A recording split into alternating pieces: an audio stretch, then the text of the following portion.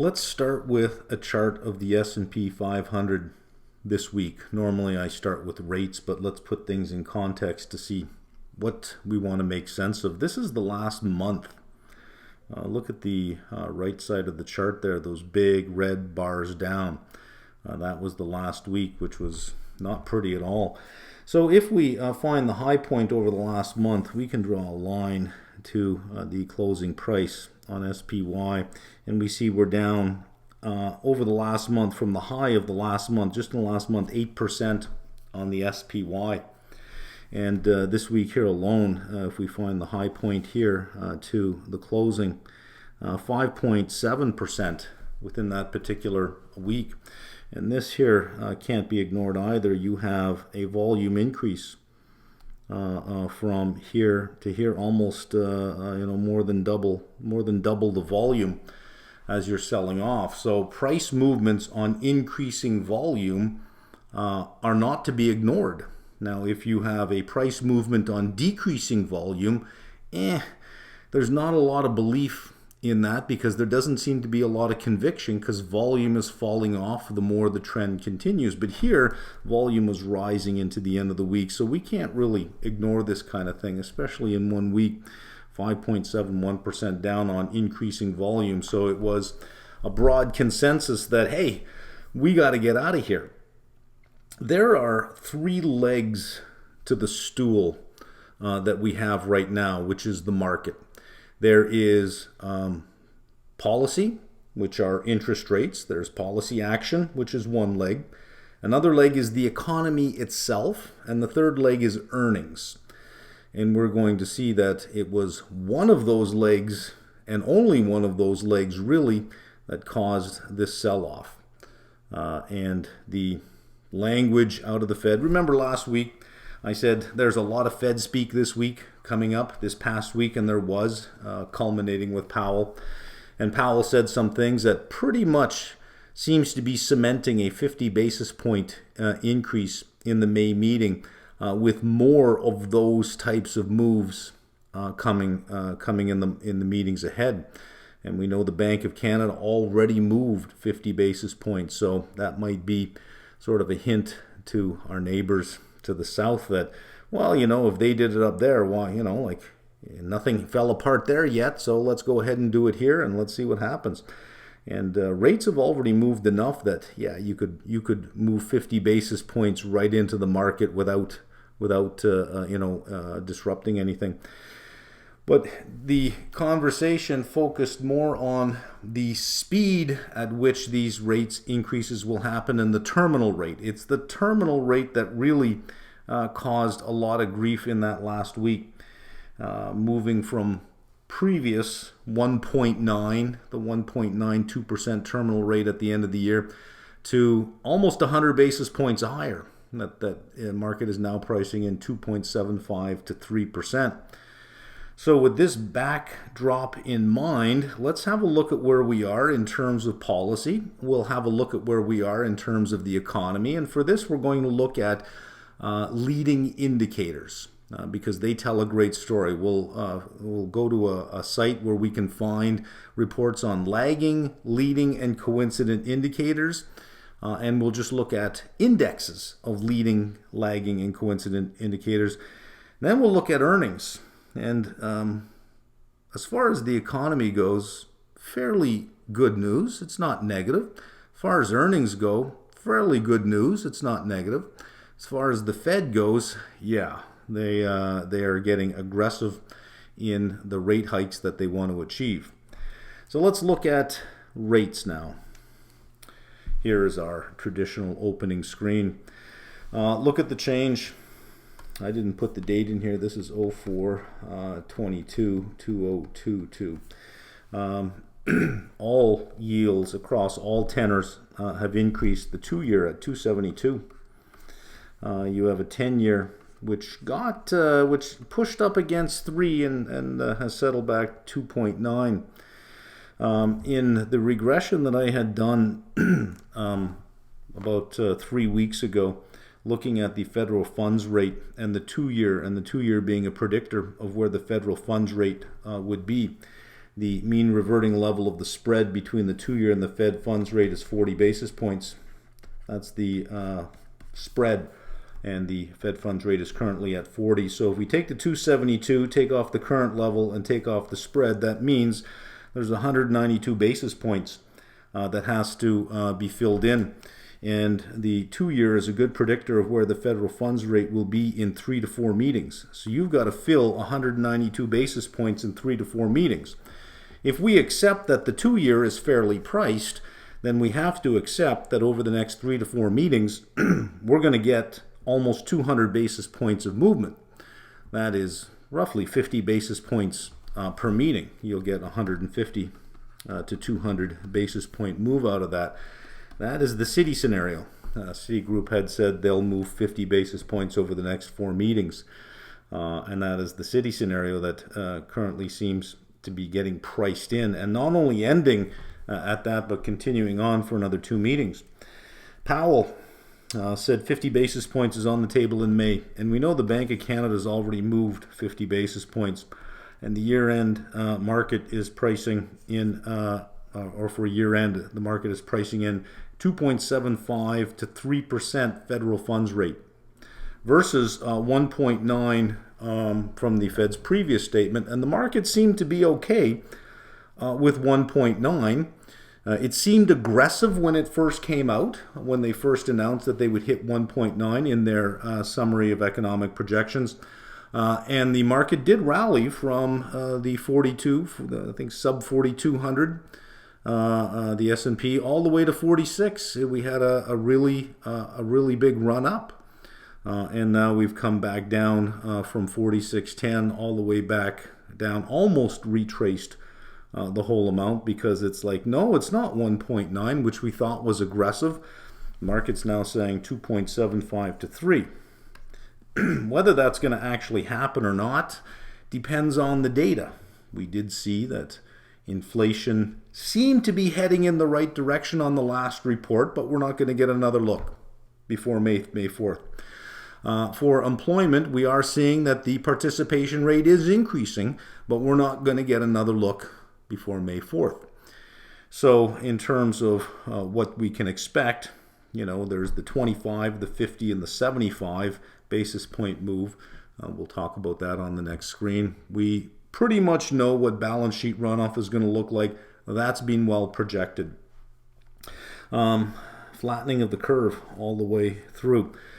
Curve flattening is a leading indicator, but it has to, even though this is curve flattening, we still have an upward sloping curve, except here the 5 to 10 has a negative 4 basis point slope to it.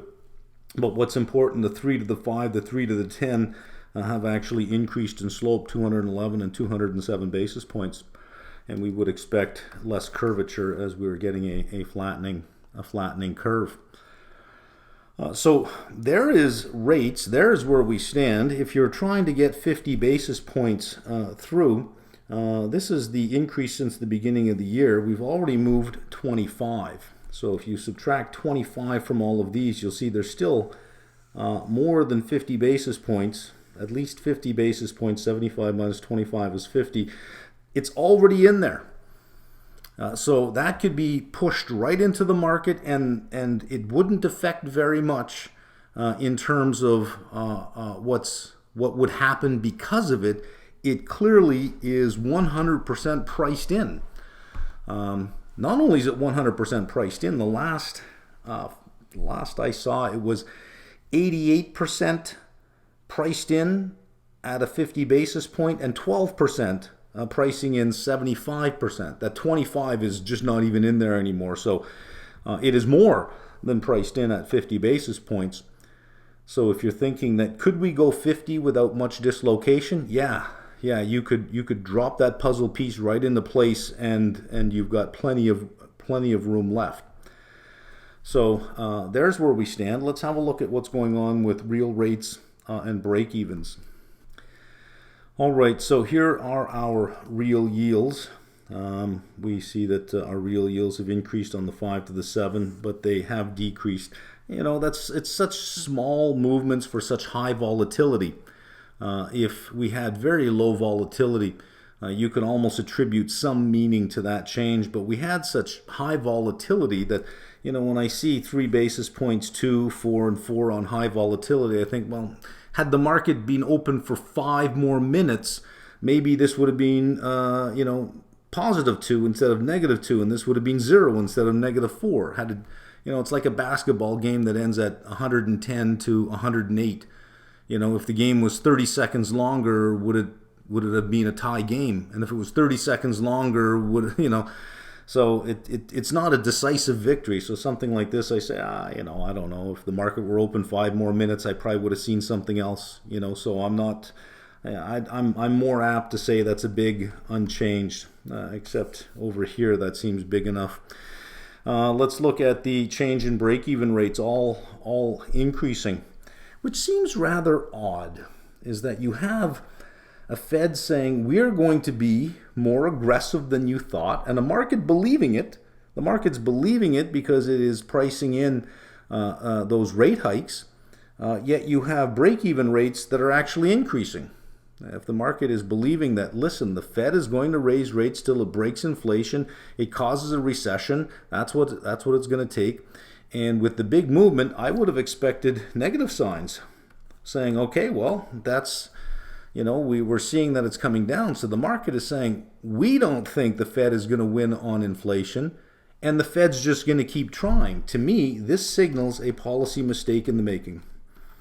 And I did say a couple of weeks ago when I was trying to make the bear case for stocks, I said, I'm having a challenging time. There is a bear case out there, but for every point, I can find another point to refute it. So it isn't compelling all on one side. The only thing that I can't refute as a policy mistake is the Fed continually raising interest rates, trying to solve a demand problem that is far more of a supply problem. And, with some of the companies that reported last week, we're getting more and more evidence that it is constrained supply that is keeping their production down, that they would produce more if they could get more inputs. And a lot more companies are saying that if they could just find more workers, they could produce more. But the participation rate is down from where it was pre-pandemic. Even though the U.S. has produced jobs, it's still something like 1.5 million jobs below pre-pandemic. So you need prices to go up to encourage people to come back into the labor force, and that is happening, but it is still a constrained market in terms of labor supply. A lot of raw materials in terms of raw material supply. You have China that just keeps shutting cities down. Well, China is the factory of the world. If you shut down, you're not going to get that supply. And also what's going on in Eastern Europe is constraining supply and raising prices as well. Raise interest rates all you want. You're not going to fix the supply problem. This is a fiscal issue to deal with, not so much a monetary issue to deal with. And what really is upsetting me about this whole thing is you have the central bank saying, well, okay, I'm sure they're aware that there are supply issues, but they still feel that, well, we just have to destroy demand yet even more. We have to get demand and supply in balance, and if there's a supply constraint, well, then supply is what supply is. You just got to get demand below that. But you have governments that keep announcing budget deficits, saying, no, consumers, you guys pull back on your spending. We're going to keep spending. You guys pull back. Well, every dollar a government spends is demand. Remember, if we think about GDP, which is output, it is equal to the consumer. There's demand, plus investment, plus government spending, plus the trade balance. Well, if you push that up, you're pushing up demand. And you're asking the consumer to pay the bill for it. So you're pushing up, you're taxing them to take their money, to spend it, to push up prices, asking the consumer to pay more. You're raising interest rates to raise debt costs on consumers, getting them to stay out of the malls and stay out of the stores while governments keep raising their spending. They keep announcing deficit spending. Governments can do a lot here by saying, okay, all that deficit spending, it has to go on hold, and we're going to run a balanced budget for the next couple of quarters to help the consumer fight inflation, to help fight inflation for the consumer, instead of saying, let's make their mortgages more expensive. Let's make their car loans more expensive. That'll teach them. That'll keep them home. And you have these jokers here that just want to keep spending, saying, no, we'll keep spending. You don't spend. Oh, and by the way, we'll tax you more in the future to make up for all the spending we're doing now that we don't want you to do because, of course, there's inflation, right? That's kind of what's upsetting me. But I think this is our big issue here is a policy mistake. This is telling me that the market is thinking the same thing. Is you have very extremely hawkish statements coming out of your central bankers. You have nominal yields that have increased. You have real yields that are kind of unchanged, but your break-even rates are increasing. That should be the other way around. We should be believing that the interest rate increases will cure inflation, but the market is saying there'll be interest rate increases and it won't cure inflation because inflation is supply-driven. So here's our May 4th meeting. 25.50, and I've added a 75 here. I got 0 on 75. I think that is hyperbolic speaking. I don't see 75. I don't see going from 25 to 75, being that they've been very measured so far and projecting what they want to do. I don't see going to 75. Powell didn't raise 75. So I don't think 75 is there. I think the conversation of 75 is there to get you comfortable with 50. So I'm at 90% on a 50 now. I'm still going to keep it 10% on a 25 because, I don't know. I'm still going to keep it there. Maybe they will look at the idea that, listen, there's not much we can do about supply. What are we going to do? It's a global thing. Not an American thing. Raise American interest rates all you want. You won't solve the global problem. You'll only hurt growth in America.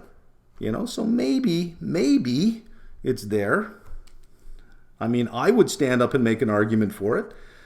So I'm going to leave it at 10%. But I think 50%, 50 basis points is pretty much the heavy weighting here. Let's look at mortgage rates. They just keep going up, 5.39%, 5.39 on a 30-year fix. Now, I'm using an excessive rate. I'm using a 30-year fixed. The 15-year fixed is 4.82, right? The 5 and one of the adjustable rate 4.3. You can get 5-year fixed for significantly less than 4.82 and 5.39. So if you were buying a house, you would think, look, I think there's going to be some rate increases in the next little while. I'll take a 5-year fixed, and then in 5 years, I'll renegotiate my mortgage at, another 5-year fix that might be lower. So this is excessive rates. Mortgage applications last week. The week before, we had an increase. We have a negative 5% drop in mortgage applications. Sorry, it didn't have an increase. We did have a drop, but it was all due to the refi index. Here's negative 5%. This is the week ending April 15th. Refi index is down 7.74%. Well, that makes sense. That's just somebody with a mortgage saying, I'm not refinancing. Why would I pay more? I'm not going to refinance. That's all that is. The purchase index, negative 2.8, roughly 3% down. Okay, so mortgage applications for purchases are down 3%. But I mean, that's exactly what high prices are supposed to solve. If you have a high price on a mortgage, the price of a mortgage is the interest rate, it will tamp down demand. And that is exactly what it's doing. But this is in line with existing home sales. Building permits, though, leading indicator, up 0.4% in March. Housing starts up 0.3% in March. Lots of indicators to look at.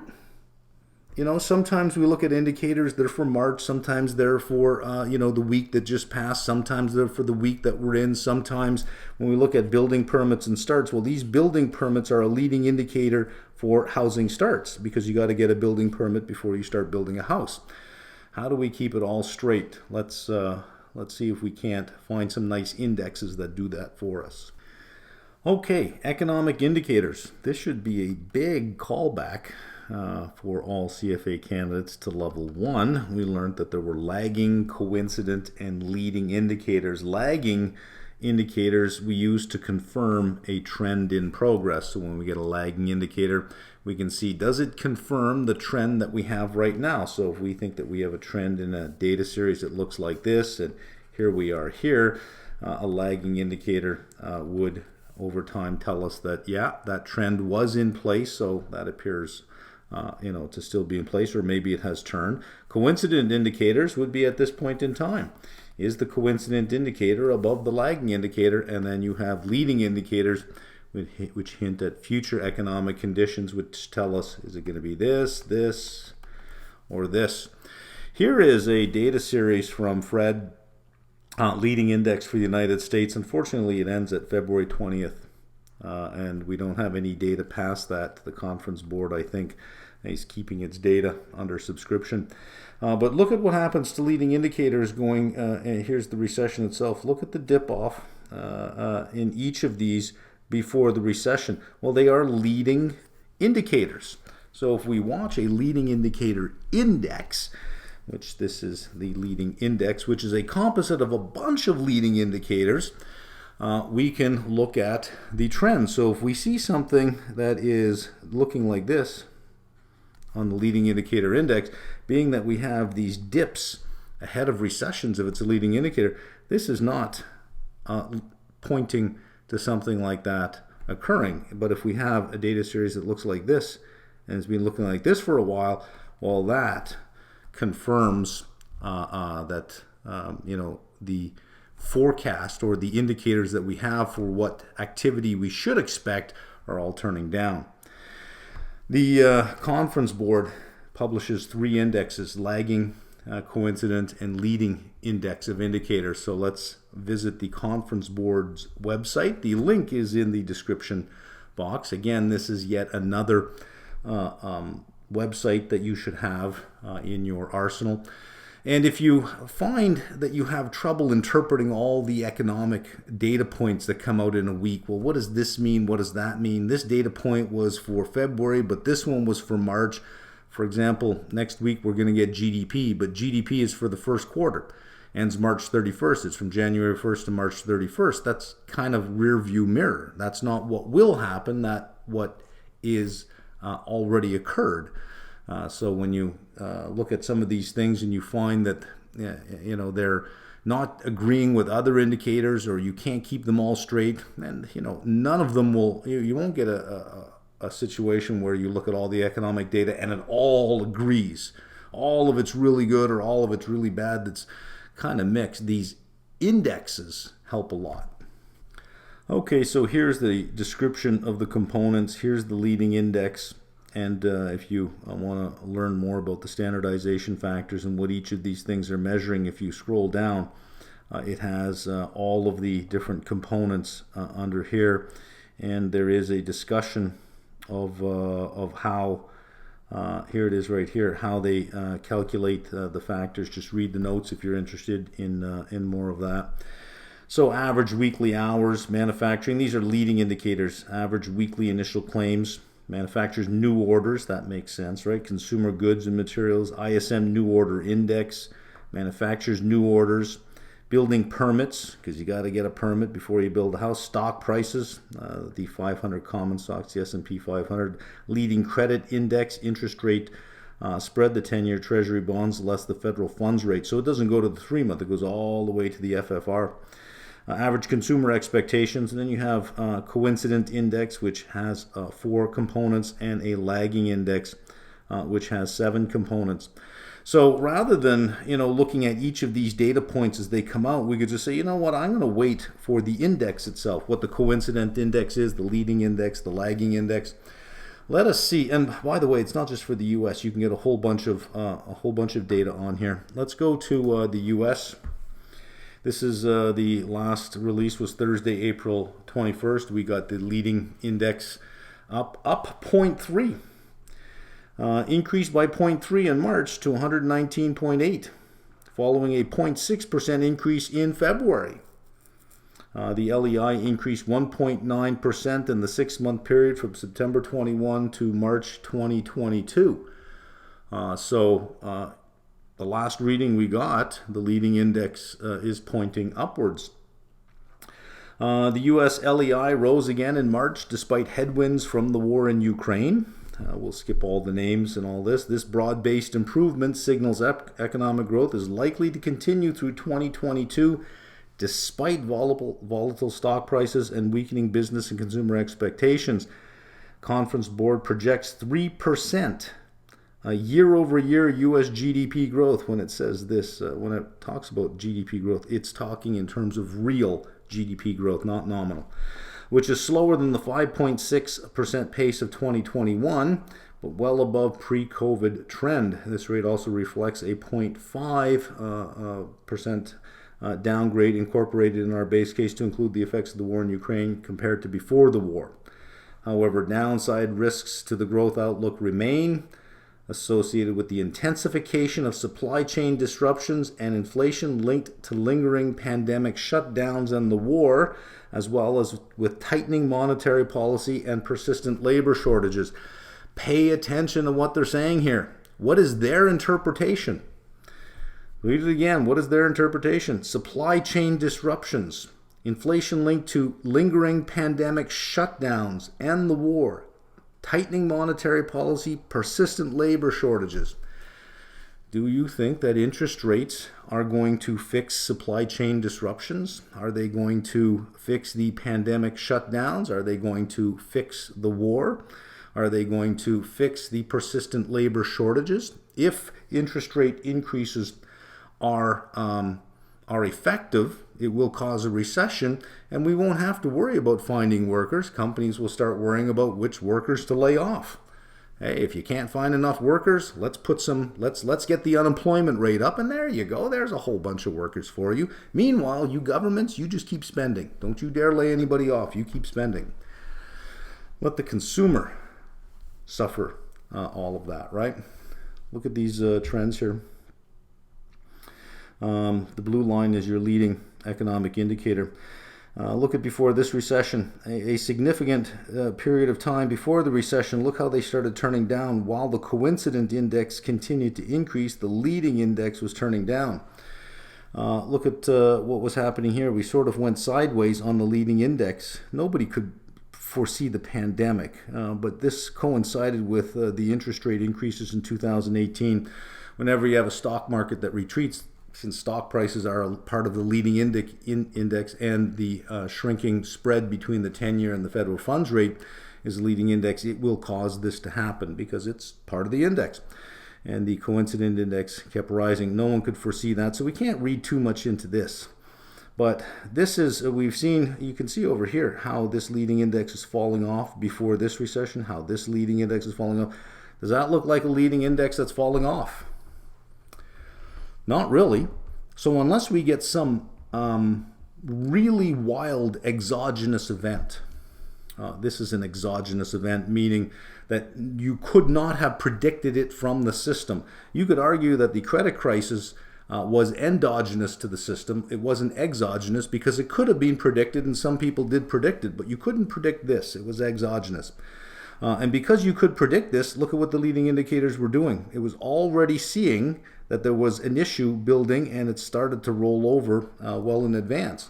You can't predict an exogenous event. So this doesn't look like it's rolling over. It's still heading up. So barring any exogenous event, like Russia deciding to step into NATO territory or going nuclear using some of its battlefield nukes, which have lower yield but are still, not a good step forward, or something significant like China stepping in and backing Russia and sending it a bunch of reinforcements in terms of weapons. I don't think they're going to do that. I think they're looking, sitting back and saying, ouch, We don't want that happening to us. Let's just stand on the sidelines for a while and frown. We're not going to do anything. Let's just frown. We're not going to, pull Russia aside and slap it upside the head, but let's frown so that the world can see us frowning, and I think that's what's going on there. But this, to me, does not look like a leading index that is turning over at any point in time. The behavior of the leading indicators point to continued but moderate economic growth in the near, and there it is, the near term. Odd way to finish a sentence in the middle of it. And then there's, if you want to read a little bit more about what's going on here, it talks about the 10 components, but we've already seen that. So there we go.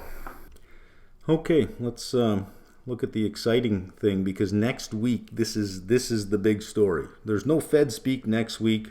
It's what is called their quiet period, that before their meeting, that's it. They're done job owning, and all we do now is wait for May 4th, which if we get through next week, it's midway through the following week.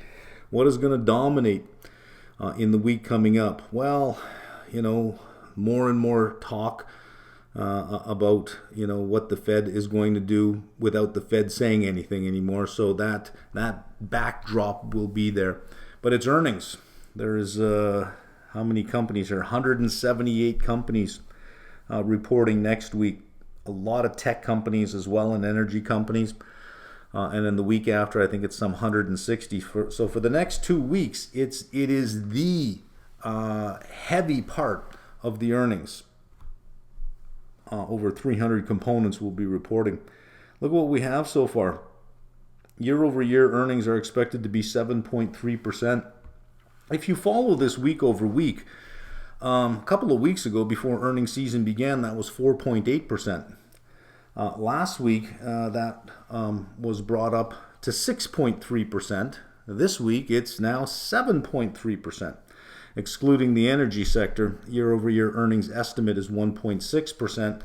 Last week it was 0.7%. The week before it was 0.6%. This is without the energy sector. We've gone from 0.6 to 1.6%. So as we're getting more and more results coming in, the pessimism seems to be disappearing, and it's like, oh, well, actually, we can raise these targets now. 99 companies that have reported, 77.8 have reported earnings above analyst estimates. This compares to a long-term average of 66%. Revenue is expected to be 11.4%, including the energy sector. This growth estimate is 8.7%. Let's look at for some interesting things here. Fourth quarter PE ratio is 18.8. The fourth quarter. This is the second quarter of 2022 to the first quarter of 23 is 18.8. But this was done using the opening price on Friday of the S&P, not the closing price. So if you use the closing price, you're closer towards 18.2, 18.3. Look at this. This was the earnings revision, straight down. And then last week, I showed you that, look at this, we had a bump up. Look at this. Look where we are this week. Another bump up in the earnings revision outlook as companies are reporting. We're saying, oh, okay, well, that's good. And that's a huge jump up. We're almost right back to where we were at the beginning of the year, just slightly under where we were on the first week. Maybe it's a close tie. This is earnings versus expectations for Q1 2022. 7.7%. Whoops, too much there. Again, too much. Come on, let me just highlight that. 7.7% surprise to the upside. 7.7, which is why we're getting these saying the earnings estimate is now 1.6, saying, well, if we're getting these surprises in, well, maybe we're too pessimistic, right? 7.7 on earnings. Revenues 1.4. Now that's rather interesting, isn't it? That given inflation where it is, you would expect that, well, your revenues would be higher than they should be because of just inflation. So we're getting 1.4% above that, but revenues were already inflated for the level of inflation anyways. Yet earnings surprises coming in 7.7%. So companies seem to be digesting the cost increases, or at least offsetting them well enough with productivity gains in those numbers. At least at a high level, that would be my first assessment without diving deeper. Let's keep going here. Where do we want to get to? Page 10, I think. Look at some of the PEs. So here we are, current year, 2022. The EPS estimate is 227.80. Notice they're using the opening price on Friday. If you use the closing price, which we know the closing price now, it's not 19.3, it's 18.75, and this 18.8 drops to 18.25 if we use the closing price on Friday. And 2023, 17.5 on a forward basis, compared with a long-term average of 17. You're kind of pushing down towards that. And then we have the earnings and revenue growth summary here. This is where we are. Revenues 11.4, earnings 7.3. This is where it's expected. Based on what has been seen so far, these estimates are updated. You got 178 companies reporting this coming week.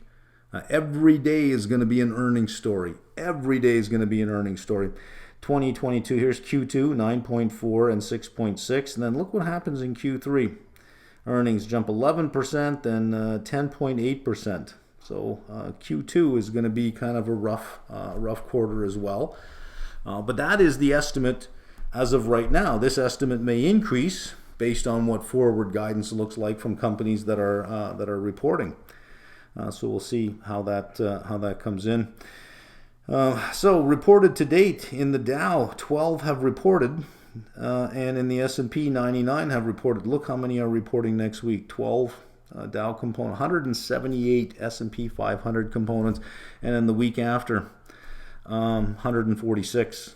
And then you only have 77 stragglers at the end. Once we're past these next 2 weeks, you pretty much have the earnings picture in place. 178 this week coming up. If you divide that by 5 days, you've roughly got about 35 companies, S&P companies, 35 every single day. On average, 35 every day. Fewer. Nobody reports Friday after the bell. It's all Friday before, and it's the lightest day, so you're more around 40 or 45 per day, Monday, Tuesday, Wednesday, Thursday, with the rest being on Friday. That's going to dominate the conversation next week. Again, no Fed speak, so you're not going to have somebody coming in saying anything about rates. All you'll have is analysts and analysis and memos and updates and recommendations and investor letters going out about what kind of rate increases to expect. And I'm sure you're going to have somebody coming out next week saying, oh yes, we'll be 350, 3.5 by the end of the year. I see a 50 followed by 475s. There's always an extreme that comes out. But this will be the story next week. And if you want to see this is positive predicted surprises from April 25th through May 6th of who's going to have a positive surprise, and down here who's going to have a negative surprise. And I hate that GM is on this list. Unfortunately, this is the negative surprises. Whereas GM was on the list last week. Are they off the list? No, there they are. There they are. Here's what I think is going to happen with GM. 164 versus 168. I think they'll be in the neighborhood, give or take 4 or 5 cents either way. I don't see them really missing, but I don't see them blowing it out of the park. Same with revenues. I think they'll come in. I think the revenues and the EPS will come in. Nothing surprising, kind of normal. What is going to be heavily watched on this one, a couple of things. Margins are going to be important. Operating margins, net income margins. I think that'll be important. But GM is fairly stable on these net income margins and operating margins. In fact, their operating margins have been inching up a bit. So they're fairly stable on that. And I do think that their operating margins will increase going forward only because of the reduction in CapEx required on ice. Guidance is going to be a big thing. And specifically with guidance, it will be a big conversation about supply. Right now we're seeing that supply in almost everything is tight. Semiconductor on allocation. The supply materials to make the EV batteries, the lithium, the cobalt, the nickel. What a lot of the big guys are doing is they're going backwards in the channel and buying up supply in multi-year contracts. GM went with Glencore last week for supply. And, you know, if you look at the amount of lithium, nickel, and cobalt that can be mined today versus everybody's projections for 2025 of the number of EVs that will be produced, there is not enough mining capacity to meet that. It has to be built out dramatically. Well, you know, are companies going to make those big investments in those mining facilities to get that done? So what the big guys are doing is they're going to these companies saying, hey, listen, if you do it, I will be a multi-year buyer. We'll sign a multi-year contract right now. I will take all your supply off the market, which makes upstream companies feel a lot better about their CapEx.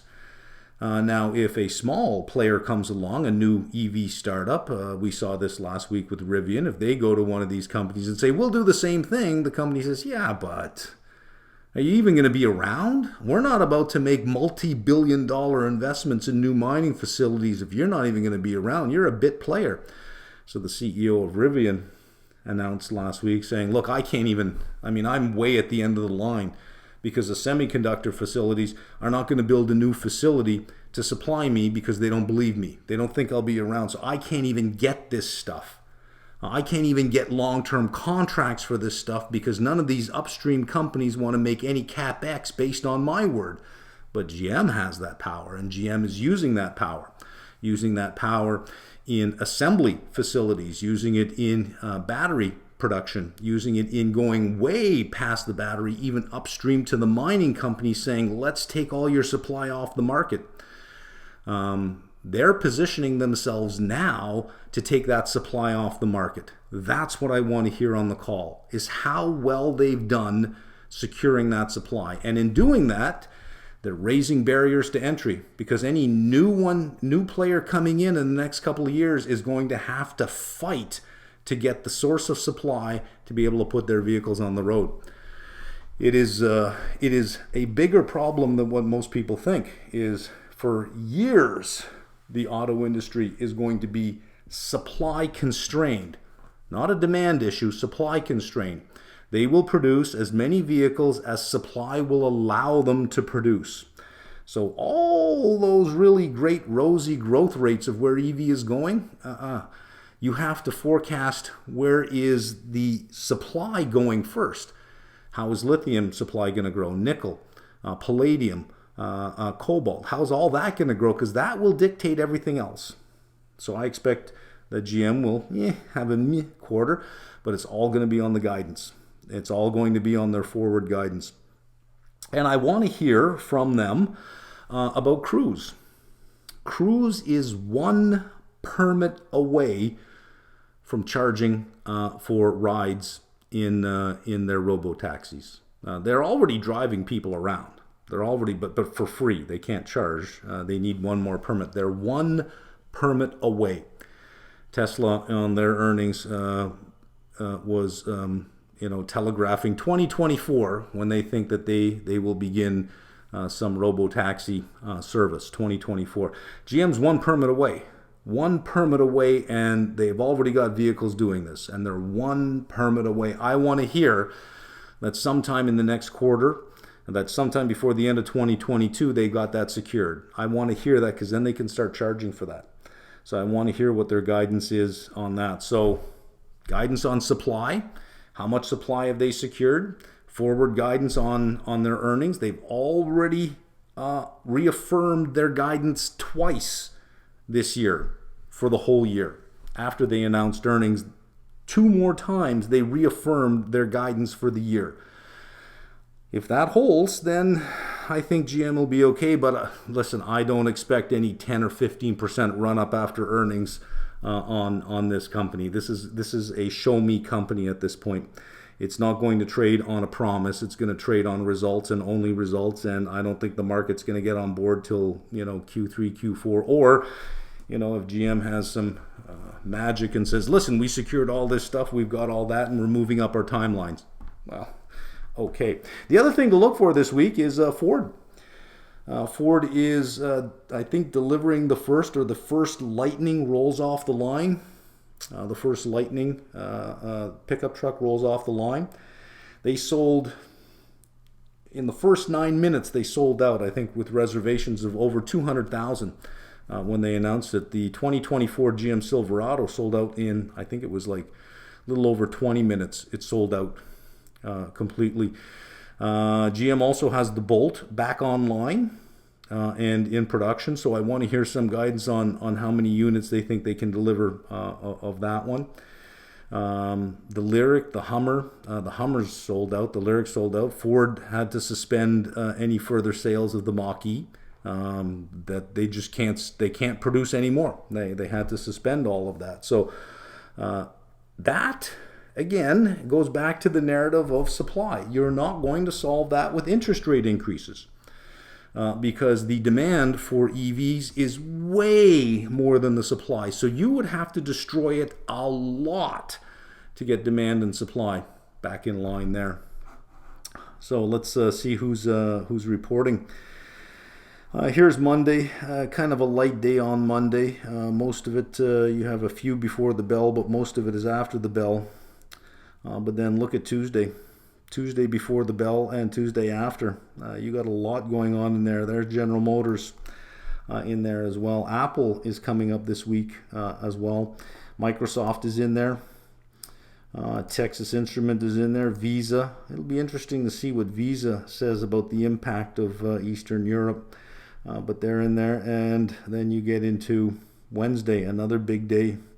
Wednesday falls into 2 pages, right? There's Ford on Wednesday. We'll see how they do. And there's PayPal down there. I don't know how they're going to do. And I think there was another important one that I wanted to point out. They're not here. Let's have a look at Thursday. I think Thursday is CAT. CAT's going to probably be an interesting one because they're a sort of a leading indicator overall for the health of the global economy in terms of major capex. Who else have you got in here that's interesting? I'm scanning it fast. There's Apple. I knew they were in here somewhere. Apple is on the 28th. Now they'll be interesting. They're after the bell. Usually some companies, as soon as the bell rings, they release their earnings. Some are like 5 minutes after. Apple tends to be around 25 minutes after or 30 minutes after. They sort of wait some time. But you got Apple and you got Amazon on Thursday. These are big guys and they can move the market. Apple 143 versus 140 is the estimate. Amazon 813 versus 1579. I think I'm reading that right. Estimate versus a year ago. Sorry, that was a year ago. Yeah, estimate versus a year ago. Amazon. Apple 143 versus 140, not much growth over there, but it'll be interesting to see what the effect of Eastern Europe and especially the shutdowns in China have. It'll be interesting to see what they have to say about that. And what I'd like to see is their Apple TV subscriptions because their shows are hitting it. Well, some of them are hitting it. Some of them are just absolute garbage. I don't want to say which ones, but anybody who has an Apple subscription can pretty much tell which ones are garbage, where you just sort of stop watching it halfway through saying, I have no inherent interest in this anymore because they're too busy moralizing and they forgot to tell a story. But they do have some good stuff, so it'd be interesting to see what their subscriber count is there, given what we've seen from Netflix. Whole bunch of good stories for next week. And here's Friday. Friday's really light. So we're loaded up on Thursday, on Wednesday, and Tuesday for earnings. Let's have a look at the S&P chart and look at some fundamental levels. And then I want to end this with some of the purchases that I made on Friday, because on Friday there were some pretty good deals. Okay, here we are. Here's the SPY. This is a 2-year chart. Each bar is 1 week. So we have a 2-year weekly. Here we are right here, 18.75. And I'm using the forward earnings for just the current year, for 2022. That's all it's not the forward 4 quarters. It's just the current 2022, 18.75. If we're using the forward 4 quarters, Q2 22 to Q1 23, we're currently at 18.25 times forward earnings. Here's 18, here's 17, there's 20, right around 455, and we're around 387 at 17, up from it used to be 3,800, now 3,870 roughly, up 70 points, getting down to a 17 multiple because earnings. The earnings estimates for 2022 have increased. The other important thing, net income margins are coming in at 12.1, which is above the 5-year average. I think is it the 5-year average? Yeah, 11.2, somewhere in there. So it's above that, but it has been coming down. 12.1. You would expect it to come down, but it's still holding in there at 12.1. Given where we closed, where the S&P, or the SPY, I should say, is down 8.9% from the top. And a couple of weeks ago, I said, I don't see the market going on to make new highs, but I also don't see it going on to make new lows. So I think, next week, once we start seeing earnings, if earnings are, of the general tenor that we've seen for the first 99 that have reported, I think the market catches a bid on that, because again, you're not going to have any Fed officials out there muddying things up. So I think if we can look past that and say, okay, well, let's price in the 50, let's wait for the Fed meeting, let's wait to read their statement and see what they actually think. We're not going to know what they really thought till we see the minutes, but we'll live through earnings next week and see what happens. We'll also look at the economic calendar to see if anything messes us up there. On this day, when the market was down, S&P is down 3.14% on the day. I scanned my watch list and I was looking for anything, what is outperforming the market that day. Things are red, but you're still looking for outperformance. GM outperformed. GM was down a little over 2%, but it outperformed the S&P, which is constructive. I didn't expect that GM would survive the day. The reason I pick on GM is because I've got an oversized position on GM that I plan to hold for multiple years. It's kind of like my barometer now. I look at that one. For the longest time, and it felt like forever, GM just kept underperforming the market, selling off more than the market, rallying less than the market, and this went on for 13 weeks to the point where GM is now trading at 6 times forward earnings. If you think that GM is going to make $6.50 in forward earnings as opposed to the $7, that seems to be consensus. At $7, they should be trading at 42. They're at 39 and change. So the damage has been done. The damage has been done on this one. What I'd like to see is a dividend yield, please. At the last earnings announcement, they sort of shot that down, said we're not going to introduce a dividend at this point. I don't know that 90 days would change anything, but it would be nice, even if they put a 2% dividend yield on there, just to get paid to wait as opposed to having to play the options to get paid. Even though we're facing some pressure, things always are the worst before they get better. So yeah, it was an ugly week.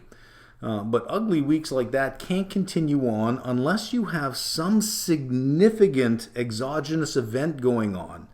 And I don't see that happening right now. None of the economic data is pointing to a crash in anything. Some economic data is saying, the consumer seems to be reluctant to spend here and reluctant to spend there. Other data is saying, no, things look fine over here and over there.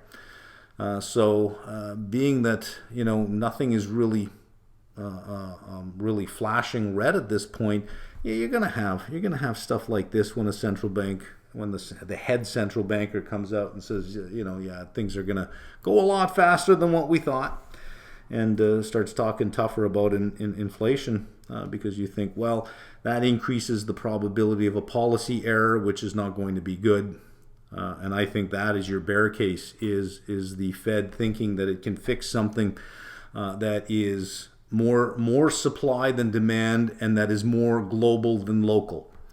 And I don't know that's a good recipe on that one. So on days like this and on weeks like this, you have to look around and say, well, listen, everybody's trying to find a place to hide.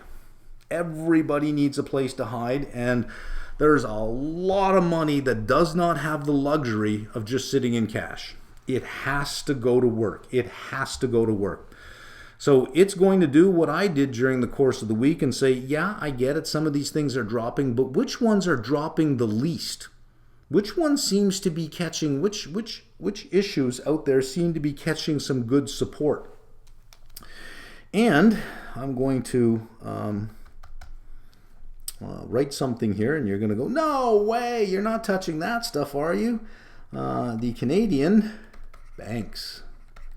Canadian banks. And some apartment REITs. Some apartment REITs outperformed. Now, yeah, they sold off, but they outperformed. In fact, the one that I picked up 15,000 shares of one called, its ticker is CAR.UN, CAPREIT. They have Canadian and U.S. apartments. Nice dividend yield. They're down roughly about $10 off their, they were in the 60s, they're in the low 50s. It just made sense to pick that up on Friday when the market was down 3.14%. They were down 0.46%. I look at that yield, especially on apartments, and I think, I got to get me some of that. Let's just have a look at something interesting about the Canadian banks that many of you probably don't even know. Okay, 5 Canadian companies that have paid a dividend for over 100 years. Over 100 years, never missed a dividend. 5 Canadian companies. They are the 5 Canadian banks. First one here, Bank of Montreal, dividend payer since 1829. Almost 200 years, 193 years, dividend payer. Bank of Montreal happens to be a preeminent dividend payer that has withstood the test of time, rooted in the company's policy of maintaining a dividend payout between 40 to 50%. BMO has kept dividend payouts steady in the face of recessions and cyclical markets. This makes it one of the most investor-friendly dividend stocks in Canadian financial services sector. Bank of Nova Scotia, dividend yield on this one 4.5%, 4.6%. You have to compare that now with a REIT. A REIT is fully taxable. The dividend is treated as income because the REIT doesn't pay income tax. So you want to hold REITs in TFSAs or tax exempt accounts or tax deferred accounts, but not in a taxable account. Whereas the banks pay tax. So that 4.8% or the 4.5% dividend yield on a bank does not compare directly with a 4.5% dividend yield on a REIT, because you get a special tax treatment because it's what's called a qualifying dividend. So you actually get a lower tax rate on those dividends. So on a after-tax basis, that 4.5% dividend yield on a bank is probably comparable to a 6 or a 6.5% yield, depending on your tax bracket. Now, I'm in an ugly one. It would be 6 to 6.5% yield on an apartment REIT. So Bank of Nova Scotia, company's policy of relating dividends to trend earnings has allowed it to grow its yield in the face of market corrections, cyclical downtrends, and even during recessions. The bank has achieved steady dividend growth while maintaining a conservative payout ratio like other financial services companies. Scotiabank's dividends experienced a brief slide in the wake of the 2008 financial crisis before rebounding at an even quicker pace between 2010 and 2011. But they didn't cut their dividend. They didn't stop paying their dividend. This one's even better. TD. This one paying since 1832. Dividend payer since 1857. When it comes to Canadian banking scene, TD is a behemoth. The bank achieved strong market penetration, growing presence south of the border, which has allowed it to maintain an assertive dividend policy. I know I also have I have accounts at TD, corporate accounts, personal accounts, and I have a U.S. TD bank account because TD has U.S. branches. I have an account in Philadelphia. This has allowed it to maintain steady dividend payouts while also providing the option of a DRIP, a dividend reinvestment plan. Canadian Imperial Bank, CIBC, dividend payer since 1868. This includes keeping its payout steady during the 2000 financial crisis. Beyond that, quarterly dividend yields have steadily increased. What's the fifth one? Royal Bank, dividend payer since 1870. That's not bad, right? So, 5 Canadian companies that have paid a dividend for over 100 years. All 5 are the 5 big banks.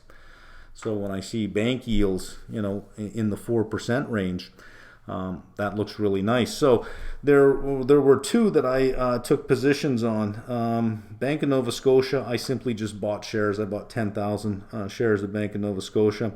For Toronto Dominion, I sold puts. TD has a lower dividend yield, but is off more from the highs than Bank of Nova Scotia. With such a high dividend yield, it's going to be snapped up. So it's going to find very good price support because of where its dividend yield is, whereas TD has fallen a little bit further. So I sold puts on TD because I think it might have a little bit more downside, and if I can pick it up cheaper, great. If not, well, I get to keep the premium from the puts. So I bought Bank of Nova Scotia, and I have an exposure to TD at this point. Okay, let's look at a few apartment REITs, Canadian apartment REITs. This is CAR.UN cap REIT.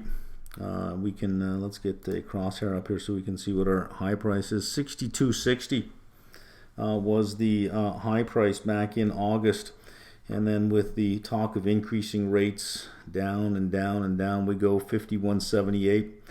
I bought pretty much near that price. You can see the green line from where I purchased. Everything above it means positive. When you see a chart where I have this green shading, if you ever see anything like that, it means I'm long, and anything above that line I'm in profit. And I bought kind of near the close, so it was up a bit from where I bought. I think my average price was 51.60, 51.61. Monthly dividend, which is nice, and a fairly good yield, and potential upside. A couple other interesting ones. I had a bid out for Minto, MI. Didn't get it. It's got depressed. All the Canadian apartment REITs are showing this trend. You had this nice big drop off here, and this was the final day. This is when the S&P really dropped 3.14%. The apartment REITs barely budged because a lot of it's already priced in, and it's not going to be driven by the Fed so much as the Bank of Canada. And the Bank of Canada earlier in the week was hawkish, and that's what happened there. So the damage is sort of being done there. That's Minto, and Interrent is another one, IIP. And I think I had a bid out for this. I got some of this, but I didn't get filled. I tried to buy 10,000. I think I only got like 2,600 of it right at the close. There's like 1 second left to go, and ding! I saw a partial fill, and that was it. These are monthly payers. They're apartments. What I like about apartment REITs, look, the yield on most apartment REITs is low right now. All of them, all the good ones, are sub 5%. So you got to get comfortable with that 5%. But if you believe that inflation is going to be a problem, if you think, yeah, inflation is going to be a problem, rents are the best thing to have, because these apartments, they turn over. Roughly about 30% of your building turns over every year. So you're putting tenants in at higher and higher prices at market rents each time. within reason. Some jurisdictions have some limitations on how much you can raise the rent unless you go into the unit and do a major upgrade, which is a big thing. Most apartment buildings are doing that, saying, listen, we can actually get a great ROI by going into the apartment, holding it for 1 month, doing a major reno in the apartment, and putting it out at market rents. So if you think inflation is going to continue, exposure to the apartment REITs makes a lot of sense. There's a nice inflation hedge. So, looking for something on Friday, it made sense. Well, look, the banks have got great yields. They've got great dividend yields. I don't mind getting paid to wait, because this, like everything else, will pass, and I'll get paid to wait. And I don't mind the apartment buildings because I get paid to wait. I get paid monthly to wait. And I know that if inflation is going to persist, these rents will continue to move on.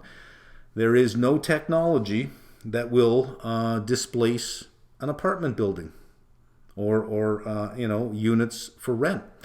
There is no outsourcing of apartment buildings. Can't outsource it to China. They're going to be around in 20 years. They're not going anywhere. They're an integral part of any country's housing landscape, because there are many people who aren't going to be home buyers or at a stage of their life where, well, I'm not a home buyer at this point in time. So I don't have to think very hard about apartment REITs. And if I do feel that inflation is going to stay there for a while, then yeah, I have no problem with this. The other thing that supports a move into apartment REITs, especially when the market gives you an opportunity like this where it sells off and it gives you an opportunity to pop in. We had a high here in the 18s before coming back down. I wasn't paying attention here. I could have grabbed it lower, but I didn't. But low 15s, right around 15.05, I think my bid was in. From 18.50 down to 15, it's 20% off the high for something that's not going away or not going to be outsourced. And we have a housing shortage. We got a housing shortage. So even if all these people said we'd like to buy houses, they're just not going to happen. There just aren't enough houses. So you got so many things working in your favor for apartment REITs that whenever you have bloody days and bloody weeks, and whenever there's something like this, there's always opportunity in that. You just have to say, okay, well, where do I want to be? What is outperforming the market? That's what I'm interested in being in. And listen, you got to give a nod to Tesla. Even though I disagree with its forward PE, it has a trailing PE of, I think, 210, a forward PE, if we accept the forecast of close to $10 in earnings over, not the quarter that was just reported plus the next three. You're still 100 times forward earnings. Still, you got to give it to Tesla. They significantly outperformed the market on Friday. They were down just a smidge at the close on a massive sell-off for a stock that has a forward PE of 100, where we've seen and listen, Friday, if you had watched closely at what was underperforming the market. They were PE, typically a stock with a PE greater than the market was suffering badly. Those with a PE significantly lower than the market weren't down that much. They were outperforming. Canadian banks have PE sitting around 10. GM has a forward PE of 6. Apartment buildings, they don't really trade at very high forward PEs, anywhere from 7 to 12, depending on the strategy that they're following, the growth that they're following, the level of debt that they're using, the amount of what their ROE is. So there's they're not these high multiple stocks that need to be taken down. And Netflix, I think before its earnings was 36 times. Now it's somewhere under 30. I'm not sure. I think 24 times. I think they're just a little under 24 times earnings now, and it's a crowded market. Are they going to trade down to around 15 to 20 times earnings? I don't know. That's interesting to see where that's going to go, but everybody's streaming something these days, right? Everybody wants to stream something. There's no streaming in apartment buildings. There it is. Anyways, I'm going to wrap it up here. And let's see what happens with earnings for the coming week. And then we'll revisit our market again next Saturday. Okay, before I go, I wanted to point out this video that I watched. It's from CNBC. It's about 45 minutes, and where is it? 42 minutes long. Why the U.S. can't build houses fast enough anymore. The United States is experiencing a shortage in construction materials. It's timely, March 29th, 2022. We've already looked at the housing market, and we've seen that inventories are at an all-time low. And new housing construction doesn't seem to be filling that hole very quickly. This was really informative. I learned a bunch of stuff in here, more than I knew, which is always a good use of time when you walk away from something saying, "Oh, that's something I didn't know," and that spills over into other things that kind of shine a light on something. So anyways, the link is in the description box below. This is well worth the 42 minutes you will spend watching this.